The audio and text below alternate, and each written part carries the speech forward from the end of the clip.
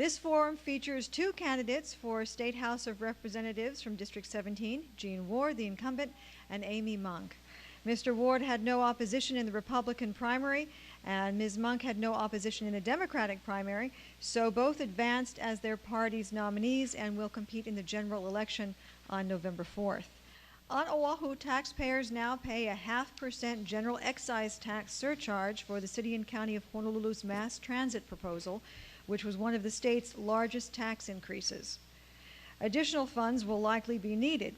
If elected, would you support an increase in the GET surcharge if one is proposed by the city? Also, would you consider a bill that would remove the GET from essential grocery items and medical or dental fees? And we'll start with Gene Ward. No and yes. Can I save my time for the next question?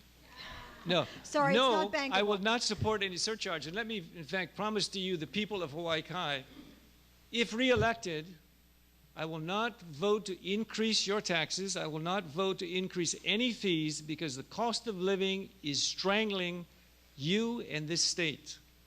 The surcharge which is proposed in this question, I think, is absurd. If those who have proposed the increase, which is already a giant sucking sound in our economy, hundreds of millions of dollars is already taken out of our economy. And those of you who know a bit of economics, liquidity, i.e. people spending their money, is what makes the economy roll. That money now is sitting and stockpiling itself.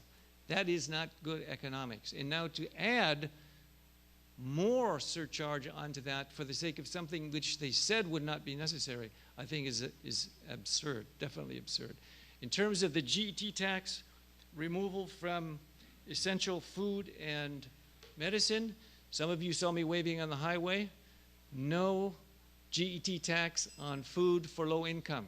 This morning was no GET tax on medicine for low income. Eventually we should have it where everybody doesn't pay food GET tax, and particularly those who get operations and are sick should not have to pay GET food tax. Thank you. Thank you. We'll continue with Amy Monk.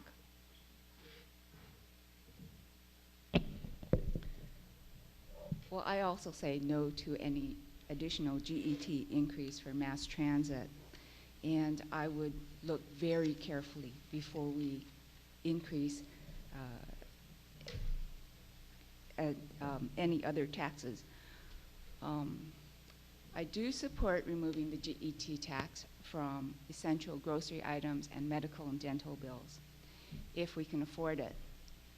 I think this kind of removal of GET helps all consumers, but particularly low-income consumers who pay the largest percentage of their income for grocery items.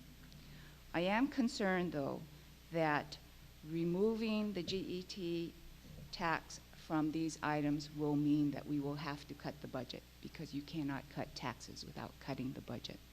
That's one concern.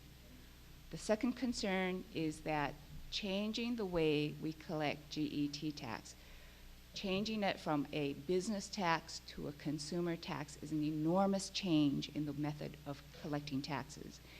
And it basically requires business to change its accounting method.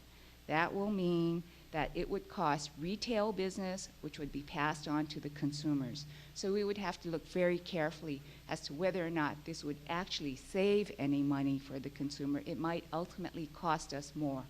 Kamilonui Valley is zoned for agriculture, is a watershed area, and provides the community with much needed open space. What will you do to lend support at the state level to strengthen preservation of this area in its current agricultural zoning, as reflected in the current East Honolulu Sustainable Communities Plan? And we will start with Gene Ward. So goes Kamilonui Valley, so goes Hawaii Kai. If we lose our farmers in Kamilonui Valley, all of us who enjoy, appreciate, and know the beauty of Hawaii Kai will be lost. We know there are those now poised to make that into a subdivision.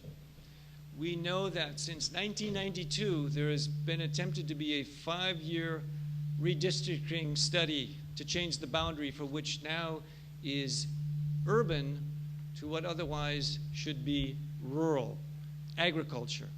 There is a discombobulation between the two. The state says one thing, the city and county says another. But in the meantime, the farmers are threatened by a very real and serious thing, and that is lease renegotiations.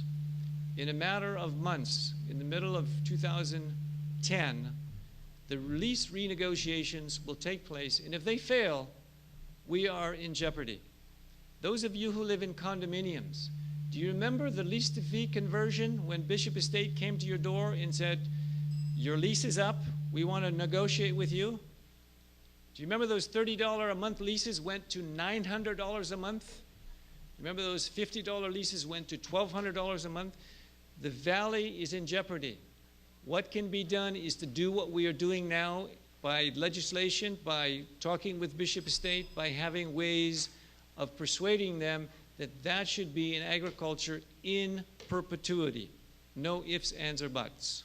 Thank you. Thank you. In this respect, we are not so different. I also support the citizen actions to preserve the agricultural areas of Kamilanui Valley. I believe I can enlist the legislative support necessary to keep these agricultural areas in agricultural use. I do not support residential development in this valley. Provided the people in the valley want to farm and agricultural leases are in effect, I would resist attempts to convert that land from agriculture. I believe farmers ought to be able to farm if they want to.